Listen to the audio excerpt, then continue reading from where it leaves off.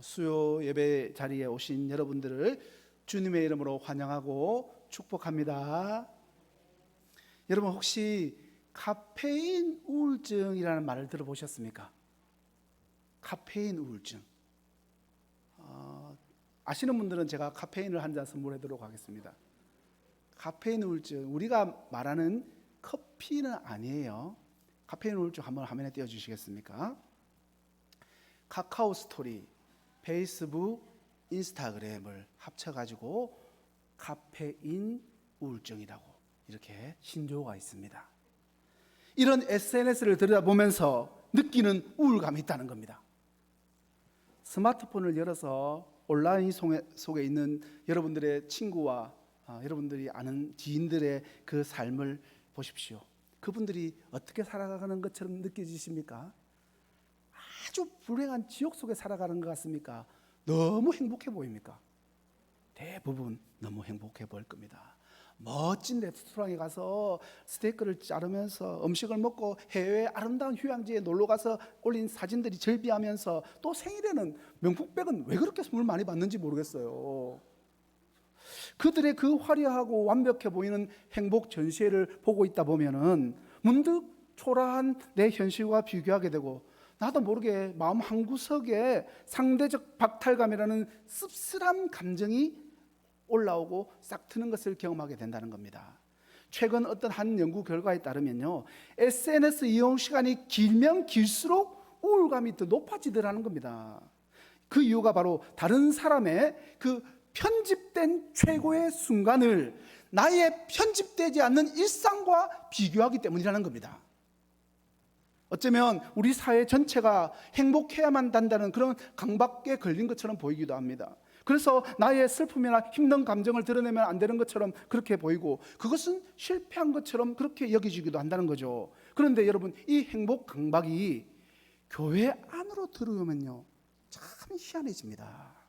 문제가 더 복잡해진다는 거죠. 우리 성도는 항상 기뻐해야 한다는 그런 말씀을 너무 자주 듣기 때문입니다.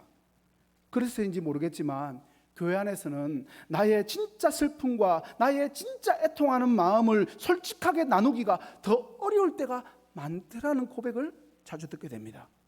교회 안에서 억지로 행복한 척 신앙의 가면을 쓰고 애써 괜찮은 척 미소를 짓고 있지만 삶은 그렇지가 않은 분들이 있더라는 겁니다. 바로 이 지점에서 우리는 신앙의 정말 중요한 질문과 마주하게 됩니다. 왜냐하면 성경을 보면 사도 바울은 분명히 주 안에서 항상 기뻐하라, 내가 다시 말하노니 기뻐하라라고 강력하게 우리에게 권면하고 있기 때문입니다. 그래, 기뻐해야 되겠네. 그런데 놀랍게도 주님께서는요 상상수훈에서 이렇게 말씀하시죠. 애통하는 자는 복이 있나니 그들이 위로를 받을 것이요 라고 말씀하고 있다는 겁니다. 그렇다면 여러분, 성도는 이 기쁨과 애통 사이에서 어떻게 해야 될까요? 여러분, 궁금하지 않습니까? 그래, 이 말씀도 있고 저 말씀도 있고 도대체 우리는 기쁨과 애통 사이에서 어떻게 살아가야 되느냐는 거죠. 그리스도인은 무조건 기뻐해야만 하는 걸까? 아니면 애통하면서 슬퍼하는 것이 복된 길일까? 도대체 무엇이 그리스도인의 진짜 감정일까? 오늘 성경은 우리들에게 바로 이 질문에 대한 답을 주고 있습니다. 세상이 강요하는 만들어진 행복이 아닌 진짜 기쁨이 무엇인지, 그리고 그 진짜 기쁨으로 가는 길에 반드시 통과해야 되는 복된 슬픔이 무엇인지를 분명하게 우리에게 알려주고 있다는 겁니다. 오늘 본문 16절에서 주님은요 이제 곧 제자들과 헤어질 그 마지막 밤에 아주 알쏭달쏭한 말씀을 해주십니다. 조금 있으면 너희가 나를 보지 못하겠고 또 조금 있으면 나를 보리라. 제자들은 이 말씀이 도대체 무슨 말씀인지 정말 몰랐습니다. 그래서 수근수근거렸죠. 조금 있으면 못 본다니, 아니면 또 조금 있으면 또 다시 본다니, 아니 이게 도대체 무슨 말씀이지? 그들의 마음은 불안과 혼란으로 가득 찼습니다. 여러분, 여기서 첫 번째 조금 있으면 너희가 나를 보지 못하겠고 하신 말씀이 여러분 무엇을 가리키는 것입니까? 그것은 바로 몇 시간 뒤에 닥쳐올 인류 역사상 가장 어둡고 비극적인 사건, 우리 주님의 십자가의 죽음 사건을 이야기하는 겁니다. 주님은 당신의 죽음으로 제자들이 당신을 보지 못하게 될 것이며 그로 인해서 그들이 감당할 수 없는 슬픔에 빠질 것을 지금 예고하고 있는 겁니다. 그리고 주님은요, 그 슬픔이 얼마나 처절할지, 그 슬픔의 자리에서 세상과 제자들의 반응이 어떻게 극명하게 갈리는지를 말씀해 주고 있습니다. 20절 말씀을 보세요. 20절 말씀 같이 읽겠습니다. 시작. 내가 진실로 진실로 너희에게 이르노니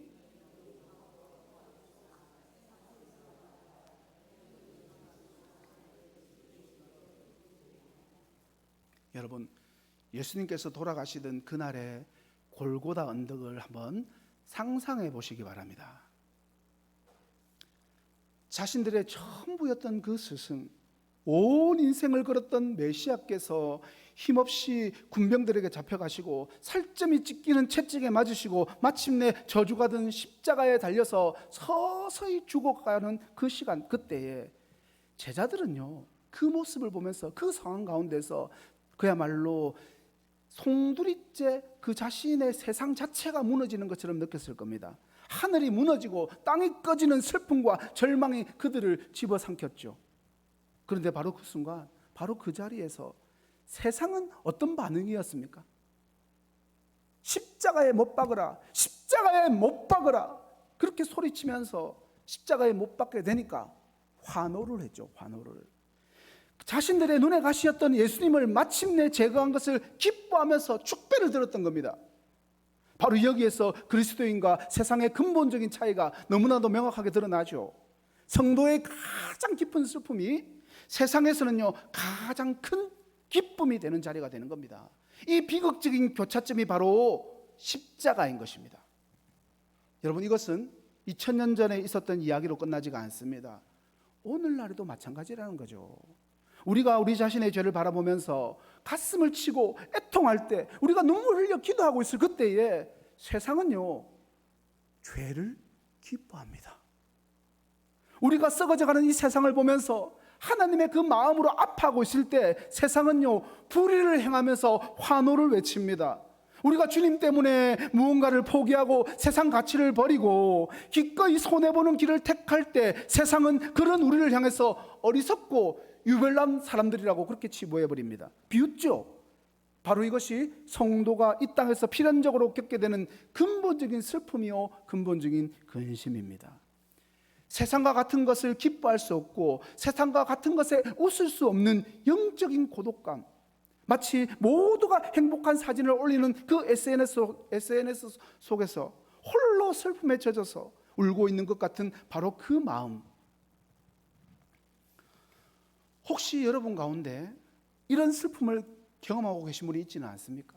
이런 외로움을, 이런 비참함을 느끼고 있는 분이 있습니까? 그렇다면 우리는 기억해야 됩니다. 여러분은요, 지금 지극히 정상적인 성도의 길을 걷고 있는 거라는 겁니다. 그 슬픔이야말로 여러분이 세상이 아닌 하나님께 속했다는 가장 분명하고도 명확한 증거이기 때문입니다.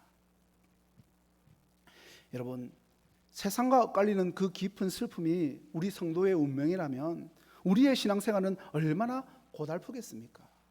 그런데 여러분, 감사하게도 우리의 주님은 이 슬픔이 결코 끝이 아니다라고 이렇게 선언하십니다. 제자들을 향해서 주님의 약속을 주시는데 슬픔이 단순히 사라지는 것이 아니라 그것을 넘어서 그 슬픔 자체가 어떻게 된다고요?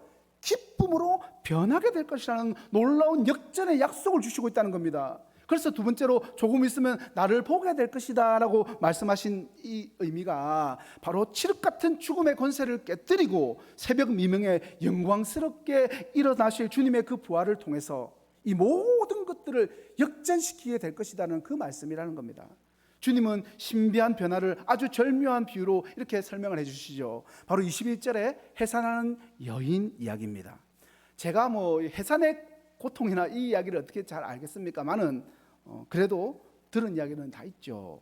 여인이 아이를 낳을 때 온몸의 뼈마디가 끊어지는 듯한 죽을 것 같은 고통을, 이 산통을 겪게 되지 않습니까? 그 순간만큼은요, 세상에 그 어떤 고통보다 큰 고통은 없었다라고 말할 정도입니다. 그런데 마침내 우리의 귀여운 아기가 태어나서 응애하고 우는 순간, 이 아기의 첫 우는 소리를 듣는 순간 여러분 어떻게 됩니까? 그 모든 극심한 고통이 거짓말처럼 그렇게 사라지고 새 생명을 품에 안은 감격과 기쁨이 충만해지는 것을 경험하게 되지 않습니까? 여기서 우리가 주목해야 할 중요한 진리가 있죠. 고통이 기쁨의 걸림돌이 아니라 기쁨으로 가는 필수적인 통로일 수도 있더라는 겁니다. 더 놀라운 것은요, 고통의 원인이었던 바로 그 아기가 이제는 비교할 수도 없는 기쁨의 근원이 된다는 그 사실입니다. 여러분, 십자가가 바로 이와 같은 겁니다. 금요일 오후에 제자들에게 가장 큰 슬픔과 절망과 수치와 저주의 상징이었던 바로 그 십자가가 부활의 아침을 통과한 이후에는요, 여러분 어떻게 되었습니까? 그 십자가는요, 이제 가장 큰 기쁨과 능력과 그리고 평생의 그들의 자랑거리가 되었지 않습니까? 슬픔 자체가 기쁨으로 변화되어서 세상은 결코 이해할 수 없는 거룩한 역전이 일어나게 된 것입니다. 그래서 사도 바울은 이렇게 고백할 수 있는 거죠. 갈라디아서 6장 14절 말씀 같이 읽겠습니다. 시작. 내게는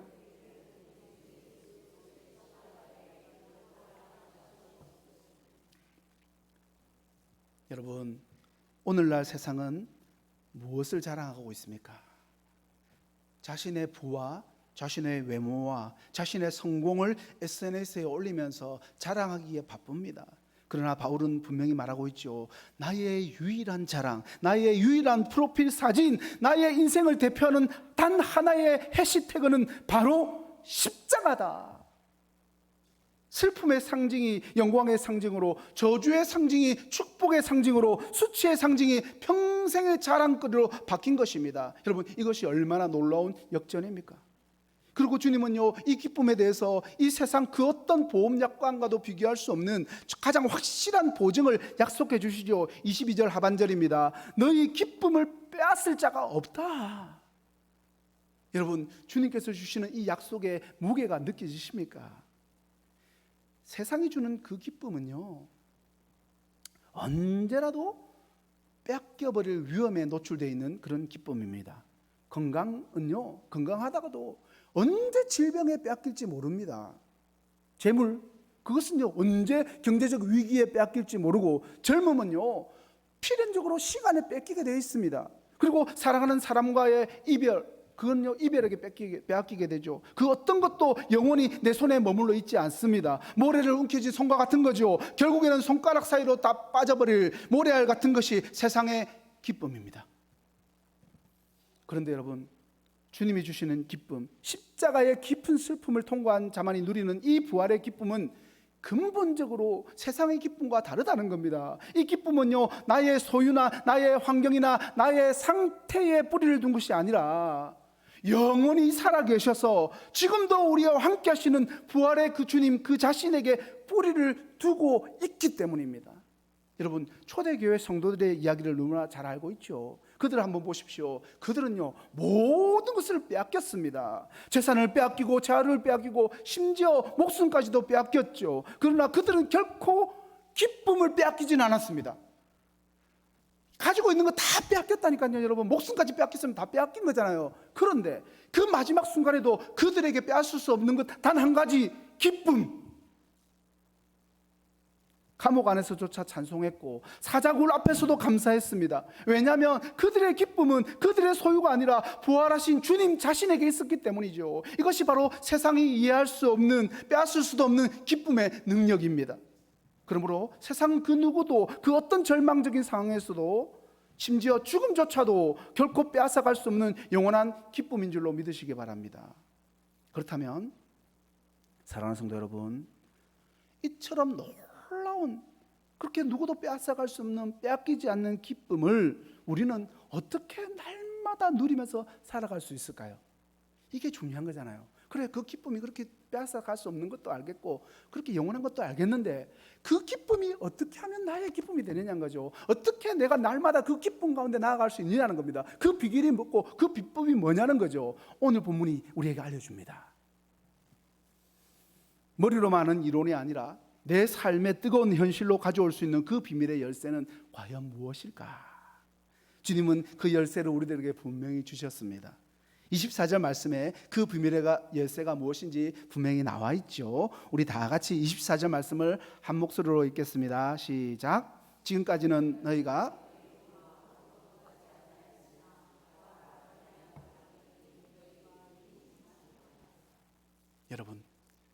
주님께서 말씀하시는 비밀의 열쇠가 뭡니까? 기도. 다른 게 아니라고요. 여러분들이 매일 매 순간 하고 있는 그 기도라는 겁니다. 주님은요, 구하라 그리하면 너희 기쁨이 충만할 것이라고 약속하십니다. 그런데 여기에도 기도의 놀라운 비밀 두 가지가 있습니다. 첫 번째, 여러분, 기도할 수 있는 자격의 비밀입니다. 기도할 수 있는 자격. 주님은요, 그냥 구하라 하지 않으시고 내 이름으로 구하라라고 말씀하셨죠. 여러분, 이 예수님의 이름이라는 조건이 왜 중요합니까? 한번 생각해 보십시오. 만약 우리가 지금 뭐 은행에 가가지고 내리라도 아무런 담보도 없고 아무런 신용도 없이 저 10억 좀 빌려주십시오라고 말한다면 여러분, 은행원이 뭐라고 하겠습니까? 아이고 네 하고 주겠습니까? 당장 쫓아내겠죠. 우리는요, 그만한 돈을 빌릴 자격이 없기 때문입니다. 마찬가지로 우리가 감히 이 온 우주를 만드신 전능하신 하나님 앞으로 나아가서 그분께 무언가를 구할 때 무슨 자격으로 그분께 나아갈 수 있습니까? 솔직히 우리에게는요, 아무런 자격이 없다는 거 우리 인정하지 않습니까? 우리가 가진 자격 하나 있어요. 있긴 있어. 뭐냐면요, 그것은 오직 죄로 인해서 영원히 심판받을 자격밖에 없습니다. 들고 갈 수 있는 자격은 심판받을 자격밖에 없다는 겁니다, 여러분. 그런데 여기 우리에게 모든 것의 주인이신 온 우주의 회장이고 사장이신 그분의 블랙카드가, 그 같은 이름이 주어져 있는 겁니다. 여러분, 예수 그리스도의 이름입니다. 우리가 기도할 때마다 예수님의 이름으로 기도합니다라고 고백하는 것은 나의 파산한 신용과 나의 자격으로 나아가는 것이 아니라 모든 하늘의 보화를 사용하실 완전한 권한과 자격을 가지신 예수 그리스도 그분의 신용을 의지해서 하나님 아버지께 나아간다는 위대한 선포입니다. 여러분, 기도는요, 바로 이 복음의 진리를 매 순간 온몸으로 경험하는 거룩한 시간이 기도 시간인 겁니다. 우리가 무릎 꿇고 하나님, 저는 자격이 없지만 아들 예수님의 이름 때문에 나왔습니다라고 고백하는 바로 그 순간 십자가의 은혜가 얼마나 감격스러운지 다시 한번 깨닫게 되는 거죠. 두 번째로 여러분, 기도할 수 있는 관계의 비밀입니다. 여러분, 기도는요, 단순히 하나님께 필요한 물건들을 주문하는, 그리고 내가 필요한 것들 결제 서류 올리는 그런 주문 목록 같은 것을 내미는 것이 아닙니다. 기도는 살아계신 하나님 아버지와 얼굴을 마주 대하는 그런 대화의 시간인 겁니다. 자녀가 만약에 여러분들을 찾아와 가지고 용돈을 달라고 하고 말만 하고서는요, 그 돈을 또 받더니 그냥 획 하고 돌아 쓴다든지 눈도 안 마주치고 그냥 전화로 필요한 문자로 그냥 필요한 것만 잔뜩 맨날 이야기하고 찾아오지도 않아. 1년이 지나고 2년이 지나도 얼굴 한 번도 안 비춰줘. 그런 자녀를 여러분, 아이고 그래 내 새끼 귀엽다 하시겠습니까? 놈이 싹통머리 없는 놈하고. 그리고 여러분, 얼마나 화가 나시겠습니까? 우리 주님도 마찬가지입니다. 우리가 우리 자녀들과 함께 눈을 맞추면서 오늘 하루는 어땠는지, 힘든 일은 없었는지 막 그런 이야기를 나누고 싶어 하지 않습니까? 저도 여러분, 말 못하는 희엘이 있죠. 집에 가면 희엘이 오늘 할머니랑 잘 놀았어? 밥밥 맛있게 먹었어? 말 못합니다. 이런 말만 하는데, 그래도 혹시 대답 한번 들어보려고 매일 묻거든요. 오늘도 가서 잘 놀았어? 어땠어? 대답은 못합니다, 여전히. 그렇지만 눈은 마주 보면서 하는 거죠. 여러분, 하나님 아버지의 마음도 마찬가지입니다. 그분은요, 나의 모든 사정을 이미 다 알고 계십니다. 그분은 나의 필요를 채우시는 것보다 우리 자신과 만나고 싶어 하신다는 겁니다.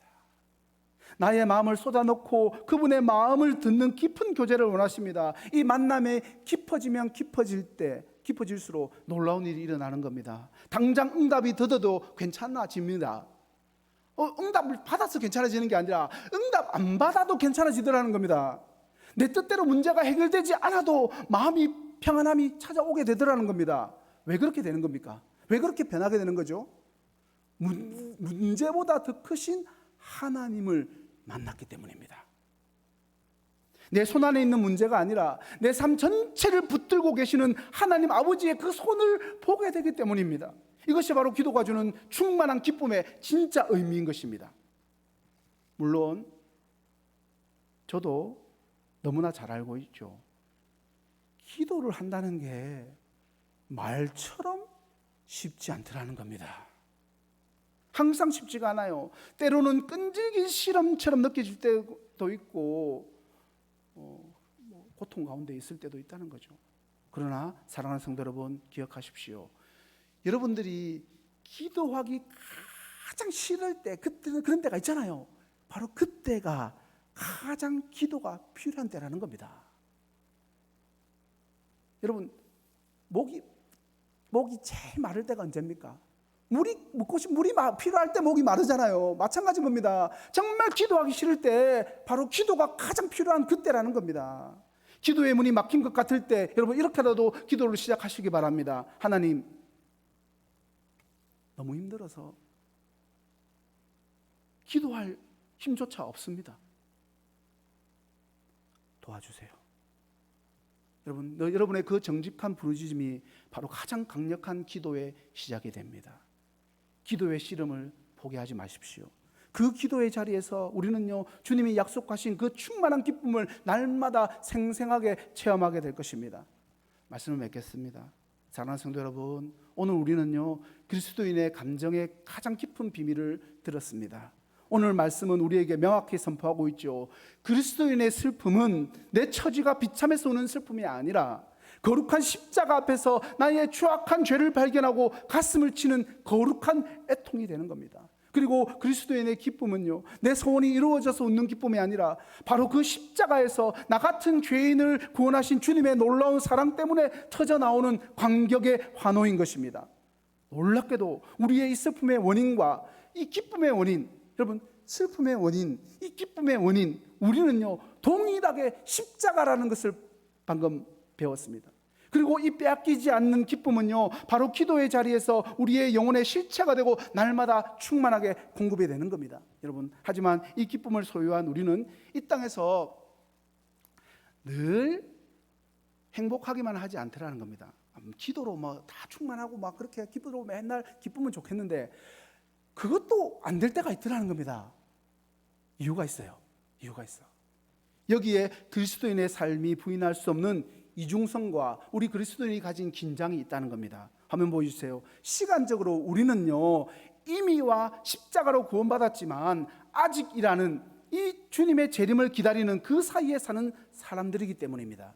우리가 신학적으로 early did not yet이라는 이야기 많이 들어보셨죠? 이미 우리는요, 그리스도의 십자가로 구원을 받았지만 아직 주님의 재림을 기다리는 그 사이를 살아가고 있는 사람이기 때문에 이중성과 긴장이 있다는 겁니다. 그래서 그 사이를 살아가는 우리는 때로는 하나님이 멀게도 느껴지고 사랑하는 주님을 잃어버린 듯한 거룩한 슬픔을 경험하기도 한다는 겁니다. 그러나 기억하십시오. 그 슬픔과 영적인 갈망은요, 여러분의 실패의 증거가 아니라 우리가 하나님의 은혜를 맛봤기 때문에 세상에 만족하지 못하고 주님을 더욱더 갈망하는 살아있는 믿음의 증거가 되는 것입니다. 이제 우리는 다시 설교에 처음에 나누었던 카페인 우울증으로 가득한 세상으로 돌아갈 용기를 얻었습니다. 용기를 얻었습니까, 여러분? 사랑하는 성도 여러분, 더 이상 다른 사람들의 그 편집된 최고의 순간을 보면서 주눅들지 마시기 바랍니다. 우리는 세상이 줄 수도 빼앗을 수도 없는 진짜 기쁨의 근원을 소유한 주님의 백성이기 때문입니다. 오히려 우리는요, 화려한 행복 전시회 속 영혼들을 긍휼히 여기면서 그들에게 영원한 기쁨이 필요하다는 사실을 깨닫게 됩니다. 더 나아가서 우리는요, 이제 우리가 가진 신앙의 가면을 버릴 용기를 가지시기 바랍니다. 우리의 슬픔과 아픔은 부끄러움이 아닙니다, 여러분. 더 큰 기쁨으로 나아가는 거룩한 과정임을 믿으시기 바랍니다. 오히려 우리의 연약함을 정직하게 나눔으로써 가짜 행복에 지친 세상에 참된 위로와 소망을 전하는 통로가 될 수 있습니다. 사랑하는 성도 여러분, 혹시 여러분 삶에 설명할 수 없는 근심과 세상이 이해하지 못하는 거룩한 슬픔이 있습니까? 하룻밤 자고 나면 사라져버릴 헛된 기쁨이 아니라 영원히 마르지 않는 하늘의 기쁨으로 여러분의 영혼을 채우기를 간절히 소망하십니까? 그렇다면 여러분, 더 이상 머뭇거리지 마시기 바랍니다. 오늘 밤이라도 여러분의 골방으로 들어가서 십자가 앞으로 나아가시기 바랍니다. 그리고 그 기도의 자리에서 조용히 무릎을 꿇으시면 됩니다. 그 자리에서 우리는요, 비로소 찬송가 150장의 고백이 나의 고백이 되는 은혜를 경험하게 됩니다. 세상 사람들은 모두 외면하고 멸시하는 저주와 수치의 상징인 그 십자가가, 그러나 우리는요 그 십자가를 바라보면서 이렇게 노래할 수밖에 없는 거죠. 멸시천대받은 주의 십자가에 나의 마음이 끌리도다. 여러분, 왜 우리의 마음이 그토록 아픈 십자가에 끌리게 되는 것입니까? 그 십자가가 나를 용서하고 내 죄를 사시기 위해서 주님께서 그 십자가 위에서 보혈을 흘리셨기 때문입니다. 나의 가장 큰 슬픔의 원인이었던 십자가가 이제 나의 가장 큰 기쁨과 영광의 이유가 되었기 때문입니다. 그러므로 이제 믿음으로 이 감격으로 고백하시기 바랍니다. 최후 승리를 얻기까지 주의 십자가를 사랑하리. 빛난 멸류관 받기까지 험한 십자가 붙들겠네. 여러분이 찬송할 때마다 어떤 마음으로 부르셨습니까? 어떤 마음으로 십자가를 붙잡으시겠습니까?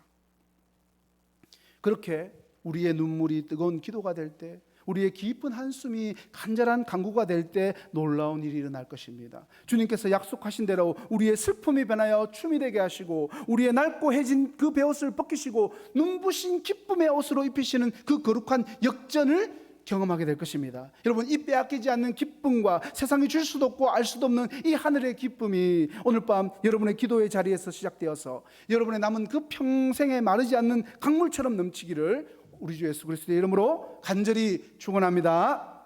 기도하겠습니다. 사랑과 은혜가 풍성하신 하나님 아버지, 오늘도 우리를 거룩한 예배의 자리로